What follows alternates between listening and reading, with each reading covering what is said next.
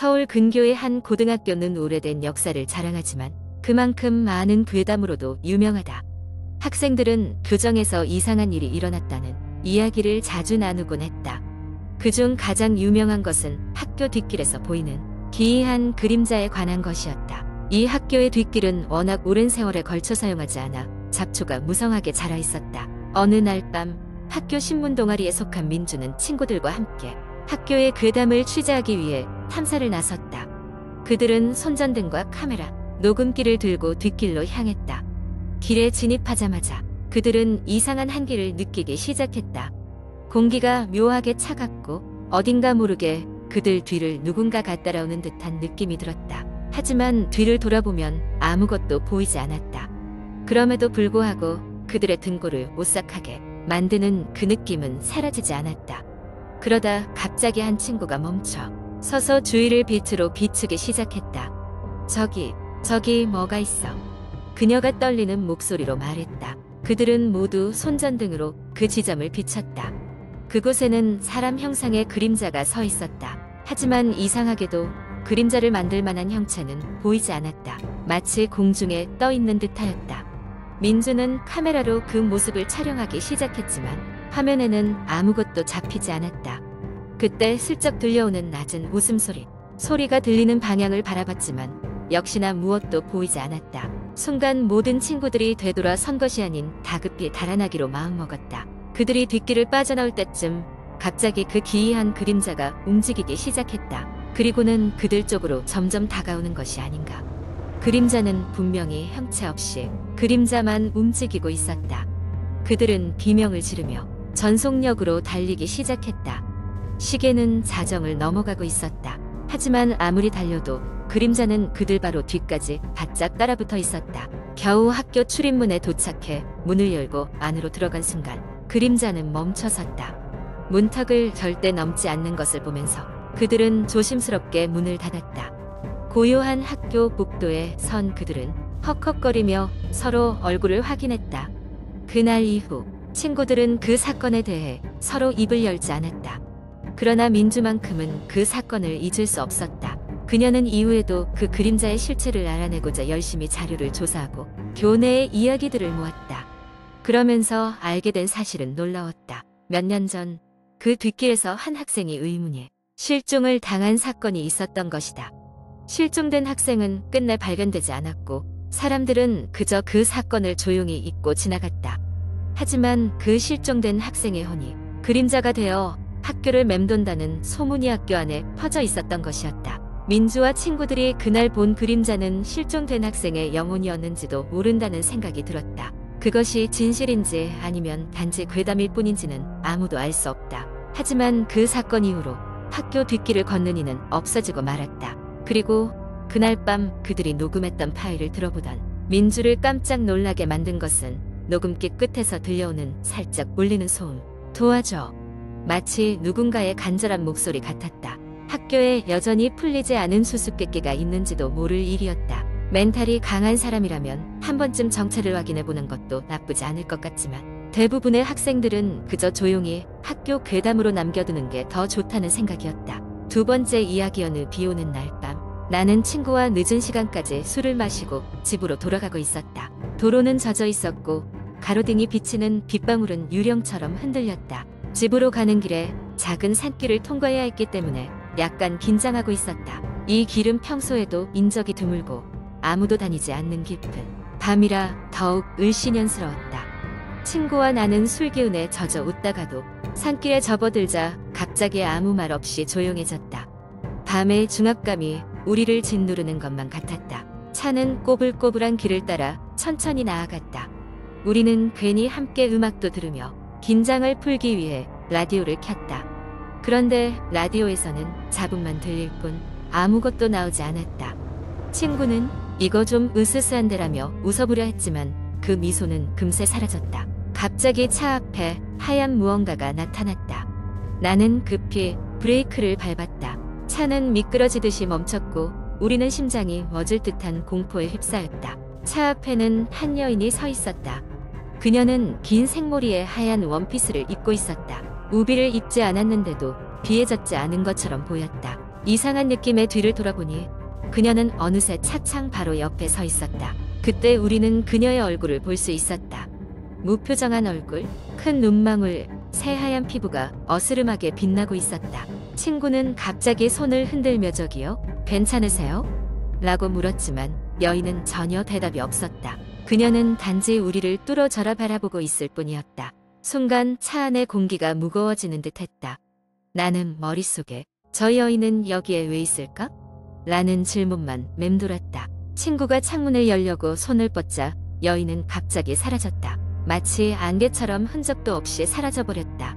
우리는 서로 놀란 눈으로 쳐다보았다. 도저히 이해할 수 없는 상황이었지만 우리는 빨리 이 산길을 벗어나야겠다는 생각뿐이었다.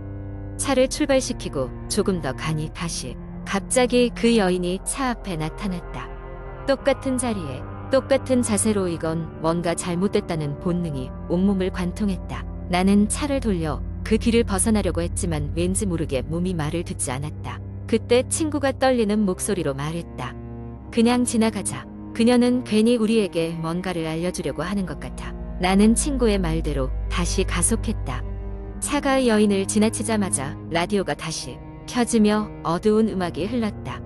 그 여인이 우리를 그냥 보내주지 않을 것 같다는 불길한 예감이 들었다. 그녀를 지나친 뒤를 돌아보았다. 그러나 여인은 더 이상 없었다. 길은 다시 깜깜했고 빗소리만이 우리를 감싸고 있었다. 하지만 갑자기 차의 전조등이 깜빡거리기 시작했다. 친구와 나는 어떻게든 이 어두컴컴한 길에서 탈출하고 싶었지만 차는 계속 말을 듣지 않았다. 마치 누군가 보이지 않는 손으로 차를 조종하는 것처럼. 우리 둘은 공포에 사로잡혀 아무 말도 할 수 없었고 불안과 의심이 점점 커졌다. 그리고 바로 그때 라디오에서 알 수 없는 음성이 나오기 시작했다. 그 음성은 부드럽고도 차가운 목소리로 돌아가 라고 반복하고 있었다. 그 순간 나는 어릴 적 할머니께서 들려주신 이야기가 떠올랐다. 밤길에는 혼자 다니지 말라는 경고와 함께 귀신들은 길 잃은 영혼들을 데려가려고 한다는 것이었다. 나는 그 목소리가 단순한 라디오 잡음이 아니라 그 여인이라는 걸 깨달았다.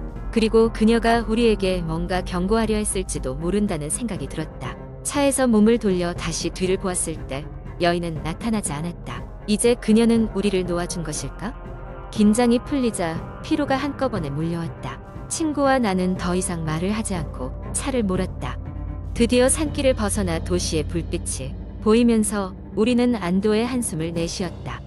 하지만 그날 밤 이후로도 나는 종종 그 여인의 망령된 얼굴을 꿈에서 보곤 했다.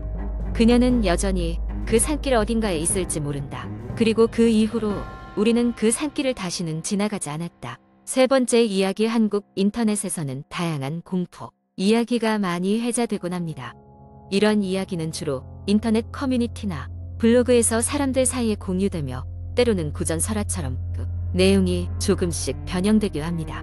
아래는 그런 종류의 공포썰을 길게 만들어 본 것입니다. 어느 날 서울의 한적한 동네에 사는 대학생 지우는 밤늦게까지 도서관에서 공부를 하고 집으로 돌아가고 있었다. 보통 자정이 넘으면 텅 빈 거리가 될 법한 시간이었지만 그날따라 거리는 무거운 정적이 내리깔려 있었다. 평소보다 빠른 걸음으로 집으로 가던 길, 지우는 골목 한구석에서 희미한 불빛 하나가 부드럽게 깜박이는 것을 발견했다. 호기심이 동한 지우는 발길을 멈추고 그곳으로 발길을 돌렸다. 그 불빛은 작은 휴대용 라디오에서 새어나오는 것이었다. 누군가 낡은 서랍장 위에 라디오를 올려두고 그 옆에 작은 쪽지를 남겨둔 듯했다. 쪽지에는 잃어버린 소리들이라고 적혀 있었다. 지우는 이 이상한 분위기가 신경 쓰였지만 그냥 지나치기도 어려웠다. 라디오를 집어들고 전원을 켜니 곧작은 소리가 흘러나오기 시작했다. 이것은 혹시 누군가의 목소리로 지명이 될까? 라는 생각이 들었다. 소리는 분명 사람의 것이었으나 이해할 수 없는 속삭임이었다. 집에 도착하자마자 지우는 라디오에서 흘러나오는 소리를 녹음하기 시작했다. 그날 밤은 아무 일 없이 지나갔다. 다음 날 아침 지우는 전날 녹음한 파일을 재생해 보았다. 그런데 놀랍게도 녹음된 파일에는 전혀 다른 소리가 담겨 있었다. 알 수 없는 목소리들이 점점 선명해지더니 누군가의 쥐어짜는 듯한 숨소리와 갑작스런 비명이 섞여 있었다. 지우는 순간적으로 온몸에 소름이 돋았다. 그날 이후 이상한 일들이 벌어지기 시작했다. 지우는 밤마다 꿈속에서 낯선 장소에 홀로 서 있는 자신을 보았다. 그 장소는 매번 너무나 현실감 있고 극도로 생생해서 때로는 그것이 꿈인지 현실인지 구분할 수 없을 지경이었다. 꿈속에서는 항상 라디오에서 들었던 목소리들이 사방에서 들려왔다. 그리고는 머지않아 이를 터뜨리는 듯한 전조가 느껴지곤 했다. 어느 날 밤 지우는 꿈에서 깨어나 갑작스런 두려움에 휩싸였다. 방 안 한 구석에서 어두운 그림자가 서서히 모습을 드러낸 것이다. 그림자는 점점 더 선명해지더니 이윽고 사람의 형상을 닮아갔다. 지우는 몸을 움직일 수 없을 만큼 강한 공포에 사로잡혔다. 그때 라디오가 갑자기 켜지면서 이전에는 들리지 않던 또렷한 목소리가 흘러나왔다. 내 이야기를 들어줘. 내 목소리를 기억해줘. 지우는 간신히 몸을 움직여 라디오를 잠그고 그 길로 책상 위에 있던 컴퓨터를 켜 얼른 인터넷에 그 현상에 대해 글을 쓰기 시작했다. 사람들의 의견을 들으면서 그 현상의 실체를 파악하려는 것이었다. 곧이어 수많은 답변이 달렸다. 나도 비슷한 경험을 했다. 그것은 이 세계에 남겨진 자들의 외침일지 모른다. 이러한 이야기들은 그의 상황을 더욱 오싹하게 만들었다. 그 후로 지우는 매일 밤 라디오를 켜서 그 기이한 소리들을 녹음했다. 그리고 그 소리들을 분석하며 그들이 남긴 메시지를 해독하려 했다. 각기 다른 사람들의 목소리가 뭉쳐져 있는 탓에 어렵고 복잡한 노력의 연속이었지만 조금씩 이해할 수 있었다. 그들은 어딘가에 갇혀 있으며 도움을 절박하게 요청하고 있었다. 결국 지우는 그 목소리들이 자신의 집 근처 오래된 버려진 건물에서 비롯된 것이라는 결론에 도달했다. 지우는 그 건물에 직접 가보기로 결심했다. 건물에 도착한 지우는 내부로 들어가자마자 눈앞에 비치는 광경에 숨을 삼켰다. 모든 것이 무너져 가고 있었고 그곳에는 수없이 많은 영혼들의 흔적이 배어 있었다. 지우는 용기를 내어 건물 깊은 곳으로 들어갔다. 안쪽 방에 들어서자 그곳에는 수십 대의 라디오가 쌓여 있었고 그 라디오들에서 각기 다른 목소리가 사방으로 퍼져나오고 있었다. 지훈이 한 발 더 내딛자 갑자기 모든 라디오가 일제히 조용해졌다. 그 순간 그는 한 목소리가 또렷하게 자신의 이름을 부르는 것을 들을 수 있었다. 이제 내가 우리를 알게 됐으니 우리와 함께 해줘. 그것이 마지막이었다. 그 이후로 지훈을 본 사람은 아무도 없었다. 그의 방에는 오직 끊임없이 켜져 있는 라디오만이 그날 밤의 증인으로 남아 있었다. 인터넷에 떠도는 소문에 의하면 그 낡은 건물은 이제 완전히 폐쇄됐으며 그 주위로 아무도 접근하지 못하도록 방해물이 쌓였다고 한다. 지훈의 이야기는 그 신비함을 간직한 채 여전히 이곳저곳으로 전해지면서 듣는 이들의 호기심과 불안을 동시에 자극하고 있다.